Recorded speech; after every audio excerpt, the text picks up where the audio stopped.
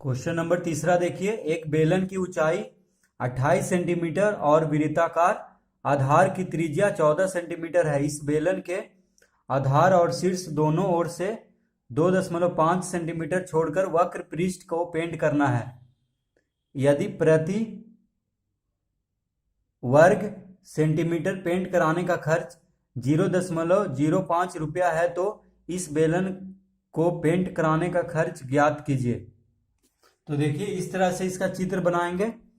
कह रहा है कि एक बेलन की ऊंचाई 28 सेंटीमीटर है, यानी यहां से यहां तक की दूरी कितना है, 28 सेंटीमीटर। ठीक है। और देखिए कह रहा है कि और वृत्ताकार आधार की त्रिज्या 14 सेंटीमीटर है, यानी यहां से यहां तक की दूरी त्रिज्या जो है कितना है, 14 सेंटीमीटर। ठीक है। तो 14 सेंटीमीटर इसका त्रिज्या हो गया और 28 सेंटीमीटर इसका ऊंचाई हो गया।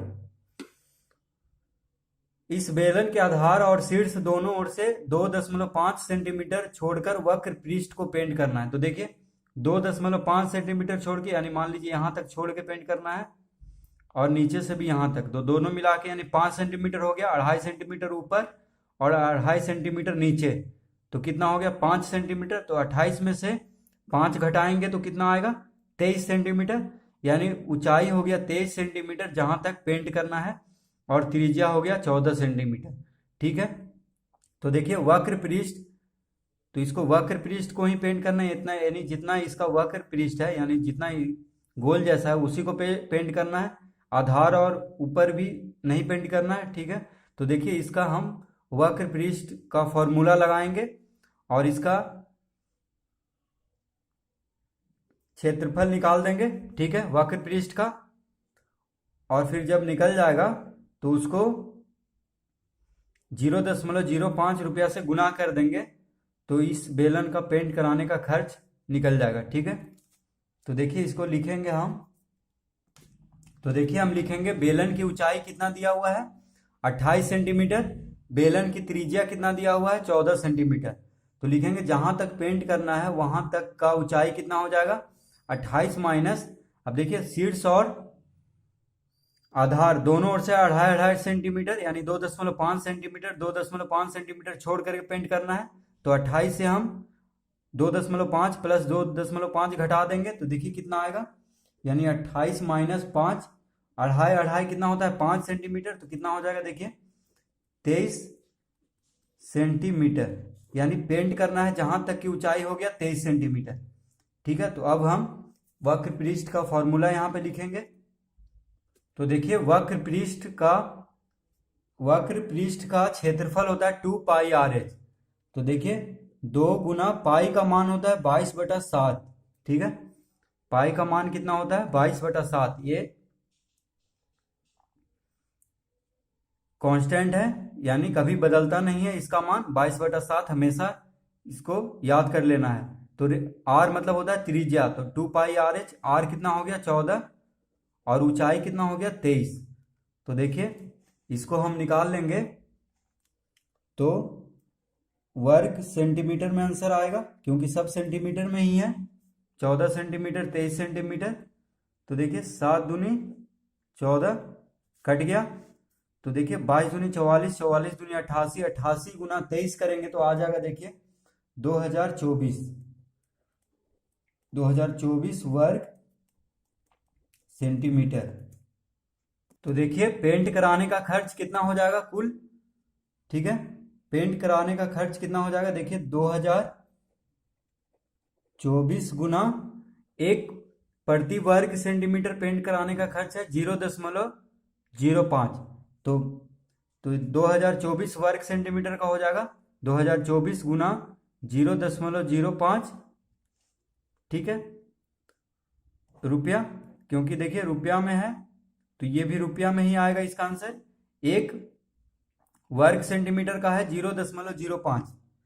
तो देखिए 2024 वर्ग सेंटीमीटर का गुना कर देंगे बस, क्योंकि 1 का दिया हुआ है तो इतना वर्ग सेंटीमीटर इसका क्षेत्रफल आया है, तो गुना कर देंगे इसको तो आ जाएगा इसका आंसर। तो देखिए यहां पे हम लिखेंगे 2024 गुना 5 बटा, देखिए 0.05 है, तो हम इसको 5/100 लिख लेते हैं। ठीक है, देखिए दशमलव हटाएंगे, दशमलव के बाद 2 अंक है, तो 2 जीरो देंगे एक पे, तो दशमलव हट जाएगा। अब देखिए 2024 को 5 से गुना करते हैं तो कितना आ जाएगा, देखिए 5 चौक 20, हाथ में रहा 2, 5 दूनी 10, 2 12, यहाँ 0 है तो 1 लिख देंगे, 5 दूनी 10/100 रुपया। तो देखिए 2 है, 2 जीरो है, तो इसको हम दशमलव में बदल देते हैं, 101.20 रुपया। ठीक है, 2 जीरो है तो 2 अंक के बाद, दायां से 2 अंक के बाद यहाँ पे दशमलव लग जाएगा, 2 अंक के पहले। ठीक है, दायां तरफ से, तो यहाँ पे हम दशमलव दे देंगे, यानी ये 100 से भागा होगा तो हो जाएगा 101.20 रुपया, यानी 101 रुपया और 20 पैसा। इसको अगर हम पढ़ें पैसा और रुपया में, तो 101 रुपया 20 पैसा, क्योंकि दशमलव के बाद पैसा होता है। ठीक है, तो ये इसका आंसर हो जाएगा। क्वेश्चन नंबर 4 देखिए, एक खोखले बेलन को ऊंचाई के अनुदिश काटकर एक आयताकार चादर बनाई जाती है। यदि इस बेलन की ऊंचाई 24 सेंटीमीटर और आयताकार चादर की बीमाएं 66 सेंटीमीटर गुना 24 सेंटीमीटर है, तो बेलन का आयतन ज्ञात कीजिए। तो देखिए इस तरह से हम पहले इसका चित्र बना लेंगे। ठीक है, देखिए ये बेलन है, थोड़ा सा गड़बड़ हो गया है, ये बेलन है और ये है आयताकार चादर। तो इसमें भी देखिए स्केल से इसको बनाएंगे, हम हाथी से बना दिए इसलिए थोड़ा टेढ़ा लग रहा होगा। तो देखिए ये बेलन है और ये है आयताकार चादर। तो देखिए कह रहा है एक खोखले बेलन को ऊंचाई के अनुदिश काटकर, यानी ऊंचाई के अनुदिश काटकर, इसको काटकर इस तरह से बनाया गया है। ठीक है, देखिए जितना लंबा होगा उतना ही लंबा ये भी कटेगा, इस तरह से खुलेगा, इसी को खोखला बेलन है। तो इसको खोल करके काट करके इस तरह से आयताकार चादर बनाया गया है। तो यदि इस बेलन की ऊंचाई 24 सेंटीमीटर, मान लीजिए इसका ऊंचाई कितना है 24, ठीक है, ये है 24 सेंटीमीटर। ठीक है, ऊंचाई है बेलन का 24 सेंटीमीटर और आयताकार चादर की बीमाएं हैं 66 सेंटीमीटर गुना 24। तो देखिए जब ये 24 है तो इसका भी 24 सेंटीमीटर होगा। ठीक है, चौड़ाई 24 सेंटीमीटर होगा। और देखिए कह रहा है कि इस आयताकार चादर की बीमाएं 66 सेंटीमीटर गुना 24, तो 66 ये हो जाएगा, यानी इसका जो लंबाई होगा 66, चौड़ाई कितना हो जाएगा 24, क्योंकि ये 24 है। ऊंचाई जब कटेगा कोई भी ये बेलन, तो इसका जो हाइट रहेगा, ऊंचाई रहेगा, वो बराबर रहेगा। ठीक है, यानी ऊंचाई के अनुदिश काटा गया है, तो ये भी 24, ये 24 होगा, तो ये भी 24 होगा, क्योंकि देखिए ये 24 होगा तो ये भी 24 होगा। तो इस तरह से, और इसका ये दिया है, बीमाएं दे दिया 66 गुना 24, यानी 66 हो गया लंबाई, 24 हो गया चौड़ाई, क्योंकि लंबाई ज़्यादा रहता है और चौड़ाई कम। ठीक है, तो देखिए तो बेलन का आयतन ज्ञात कीजिए, तो हमको बेलन का आयतन निकालना है। तो देखिए जब ये 66 है तो इसका परिधि भी 66 ही होगा, 66 सेंटीमीटर। देखिए ये गोल वाला जो गोल रहता है ये बेलन में, क्योंकि इसी के अनुसार इस तरह से खुला है, तो इसको भी ऐसे मोड़ेंगे तो बेलन बन जाएगा। तो जब ये पूरा 66 होगा, यानी परिधि, तो यहाँ पे हम लिखेंगे परिधि बराबर, बेलन का परिधि कितना हो गया 66 सेंटीमीटर, क्योंकि ये दे दिया है हमको, इसका लंबाई दे दिया 66, तो लंबाई इसका परिधि के बराबर ही होगा, क्योंकि बेलन से ही ये बन रहा है। तो अब हम इसको लिखेंगे, तो देखिए हम लिखेंगे बेलन की ऊंचाई कितना है 24 सेंटीमीटर दिया हुआ है, तो बेलन की परिधि, ये वाला देखिए गोल वाला जो, ठीक है, परिधि इसी को कहते हैं, सरकमफ्रेंस बोलते हैं इंग्लिश में। ठीक है, तो इसका पूरा नाप है 66, तो बेलन की परिधि बराबर आयताकार चादर की लंबाई बराबर 66 सेंटीमीटर। अब देखिए हम लिखेंगे बेलन की परिधि बराबर 66 सेंटीमीटर। तो देखिए कोई भी वृत्त परिधि वृत्त का ही होता है। तो कोई भी सर्किल का परिधि निकालने के लिए उसका फॉर्मूला होता है 2πr। ये फॉर्मूला होता है परिधि का, बराबर कितना है 66।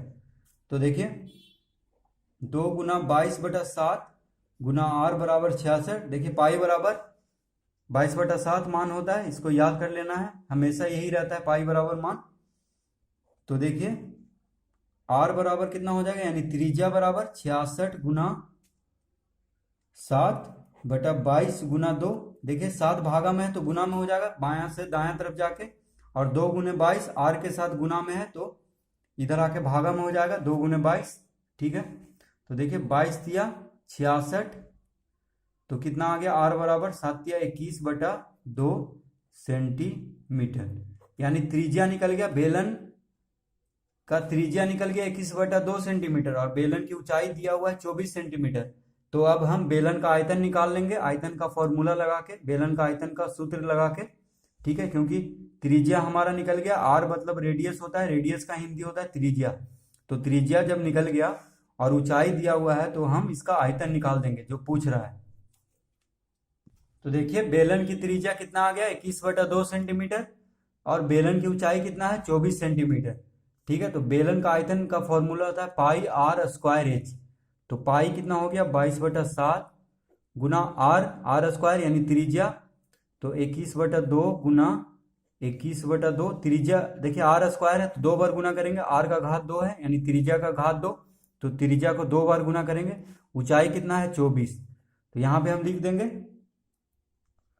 ठीक है, तो देखिए इसका, तो ये सब देखिए तीनों सेंटीमीटर में है, ये भी सेंटीमीटर में है, ये भी सेंटीमीटर में है, ये भी सेंटीमीटर में है। तो इसका आंसर आएगा सेंटीमीटर क्यूब, यानी सेंटीमीटर 3 बार गुना हो रहा है तो 3 का हाथ पड़ेगा इस पे, यानी सेंटीमीटर का घात कितना होगा 3, सेंटीमीटर घन में इसको बोलते हैं। ठीक है, सेंटीमीटर क्यूब। तो इसको देखिए, इसको गुना करते हैं, 7 तिया 21। ठीक है, और देखिए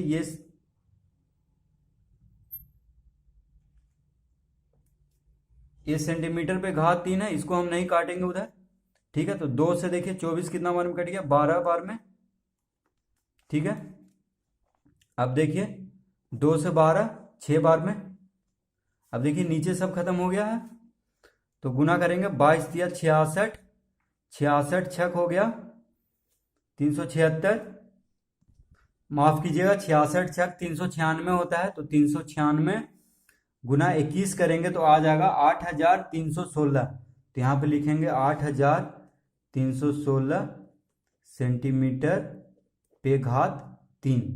ठीक है, तो देखिए बेलन का आयतन, आयतन में हमेशा घात 3 लगता है, क्योंकि 3 बार गुना होता है, जो भी रहता है। सेंटीमीटर रहेगा तो सेंटीमीटर का घात 3 देंगे, मीटर रहेगा तो मीटर का घात 3 देंगे। ठीक है, क्योंकि 3 बार गुना हो रहा है। देखिए 2 बार तो त्रिज्या ही हो रहा है, 1 बार ऊंचाई, तो 3 बार गुना हो रहा है, सेंटीमीटर सेंटीमीटर सेंटीमीटर, तो सेंटीमीटर का घात 3 देंगे। ठीक है, तो इस तरह हम बेलन का आयतन निकाल लेंगे। तो ये देखिए, ये कन्फ्यूजन नहीं हो रहा है, ये 3 होता है, सेंटीमीटर पे घात लिखा हुआ है। ठीक है, तो इसका आंसर आ गया 8316 सेंटीमीटर क्यूब।